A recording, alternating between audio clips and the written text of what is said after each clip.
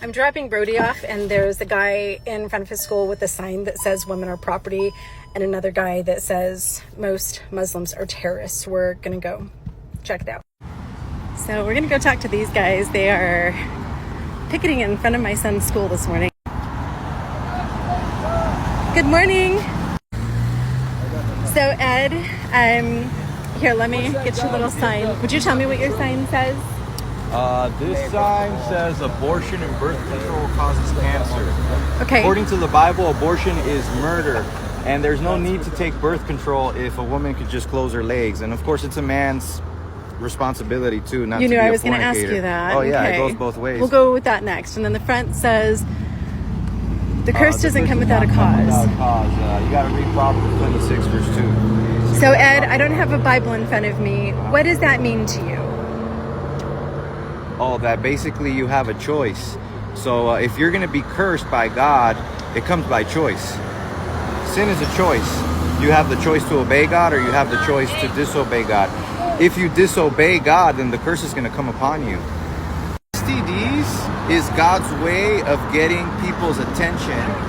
It's like in your car, whenever the engine light goes on, you know something's wrong. So STDs is God's way of telling you, hey, your sexual lifestyle is wrong. If you were to marry and be faithful to your spouse, you wouldn't need to worry about that, because God created marriage between a man and a woman for life. But when people are sleeping around, then there is a curse that comes with it. STDs and hellfire as a result of it too. And a lot of kids, sadly, not all, but many of them, they do get sexually active. They get taught about sex in a perverted way in many of these schools, either by their peers or even by their teachers. And then as a result, they become sexually active, and they end up getting an abortion, or they end up getting women to take birth control, which also damages their internal organs. So it's just a big mess. Go into the world and preach the gospel. He said, go into the highways and byways and spare not. So right now, we're just trying to kill time. To be honest, we have other places that we're focusing on, but in the morning, we really didn't have much to do. So we said, hey, why not hit a high school? There are a lot of high schoolers that need the mercy of God and the forgiveness and grace of God. So that's why we're here. And we just hope that a lot of these kids may end up at some point picking up a Bible and reading it.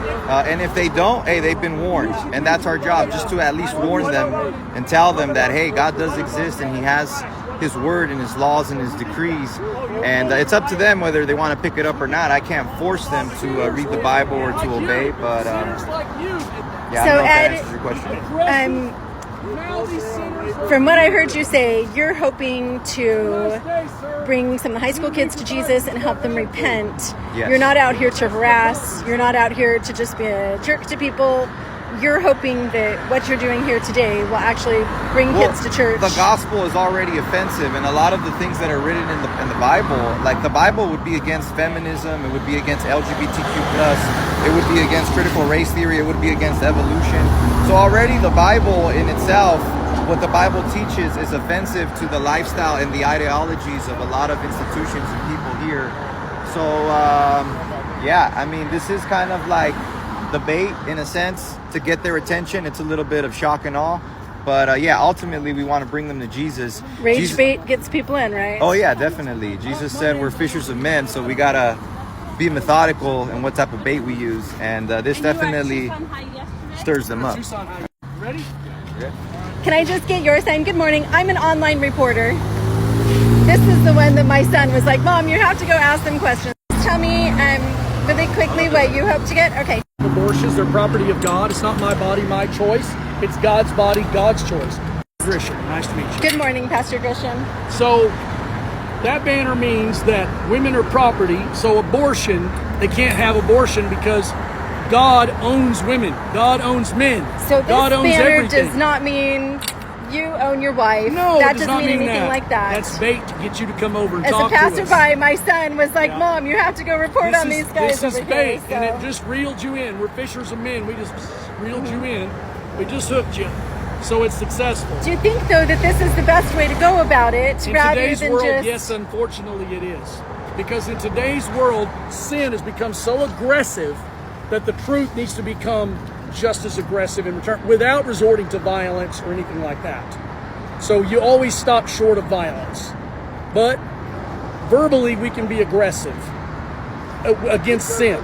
Because you got sin, gay pride parades marching up and down the streets. They're all proud of their sin and everything. They're teaching it in schools. They're shoving it down kids' throats. So we're out standing outside of a school, telling them as they go by into the school, and people are losing their minds. Because when a nation worships lies, telling the truth is an act of revolution. So my last question for you, and again, I have absolute respect for freedom of religion, freedom of speech. Okay. I'm not trying to, this is not a smear campaign asking you questions. Trust me, you're a lot more polite than a lot of people. Well, I appreciate that.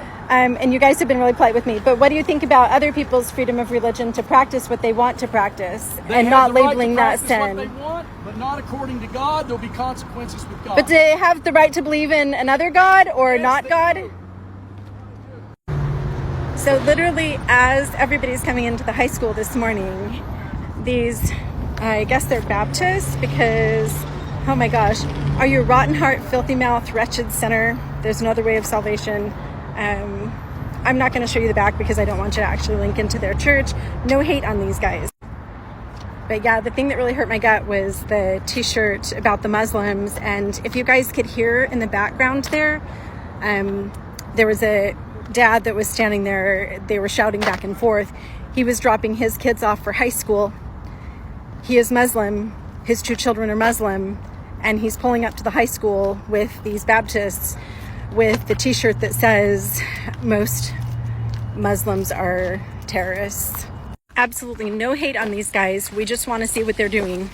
And I think that it's incredibly important to underscore once again the reason why freedom from religion activists like myself shine a light on the dark underbelly of religion is what's going on here in my son's high school parking lot this morning. Here's my final thought. I had a long conversation with these guys, only I'm posting like 8 minutes of it.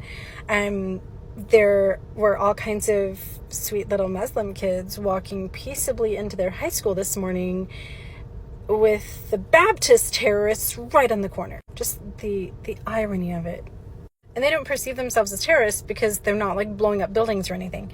But the Bible is true. Where will you spend eternity? Jesus or hell? Repent or perish?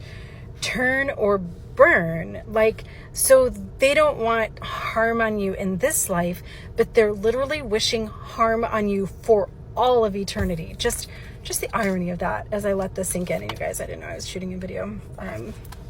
Bye.